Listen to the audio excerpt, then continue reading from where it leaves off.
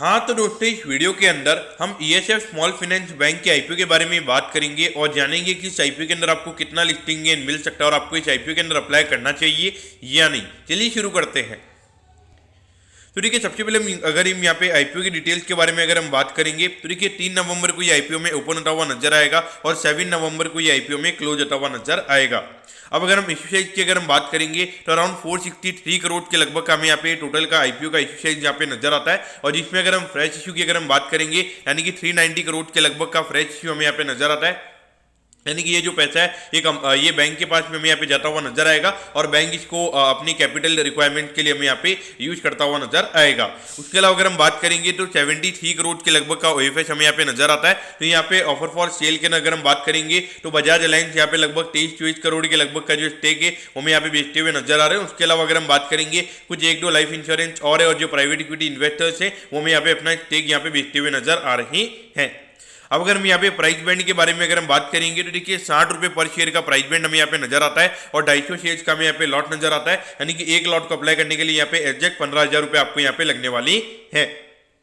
अब अगर हम यहाँ पे रिटेल कोटा की अगर हम बात करेंगे तो देखिए अराउंड 35% के लगभग का रिटेल कोटा है। यानी कि मान के चलिए लगभग 160 करोड़ के लगभग का रिटेल कोटा हमें यहाँ पे कंपनी का नजर आता है। तो ऑल ओवर देखा जाए तो छोटा इशू साइज हमें यहाँ पे आईपीओ का नजर आता है। तो इसके अंदर अगर हम देखेंगे तो बिग एचएनआई और स्मॉल एचएनआई दोनों के अंदर यहाँ पे अलॉटमेंट के चांसेस मेरे ख्याल से यहाँ पे कम रहेंगे, लेकिन जो रिटेल कोटा है वहाँ पे कहीं ना कहीं यहाँ पे जो अलॉटमेंट के चांसेस है वो हमें यहाँ पे ज्यादा देखने को मिलने वाली है।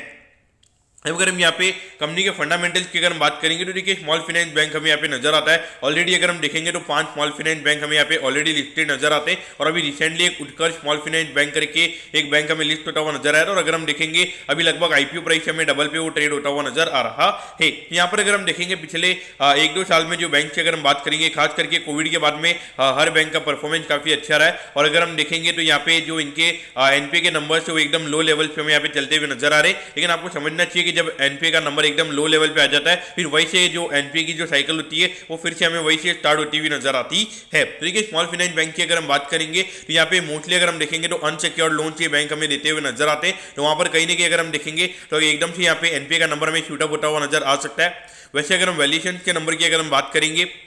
तो लगभग पिछले 12 महीने की अर्निंग के हिसाब से अगर हम देखेंगे तो लगभग 10-11 के पी रेशियो पे ये कंपनी का आईपीओ में आता हुआ नजर आ रहा है और अगर हम फॉरवर्ड पी की अगर हम बात करेंगे तो लगभग 8 से 9 के पी रेशियो पे ये कंपनी का आईपीओ में आता हुआ नजर आ रहा है। तो वैल्यूएशन वाइज अगर हम देखेंगे एक नॉर्मल काइंड ऑफ वैल्यूएशन पे कंपनी का आईपीओ आ रहा है, लेकिन अगर हम नॉर्मली अगर हम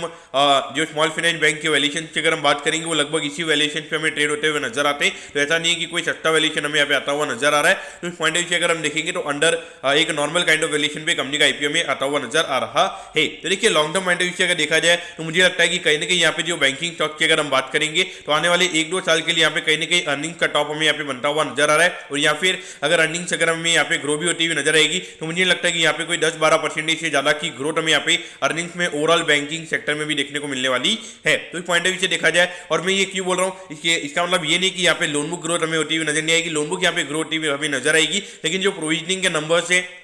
वो मुझे लगता है कि अभी थोड़े थोड़े बेड लोन्स आने ये बैंक के स्टार्ट हो जाएंगे और वहाँ पे कहीं ना कहीं जो प्रोविजनिंग के नंबर्स है वो हमें अभी बढ़ते हुए नजर आएंगे और जैसे ही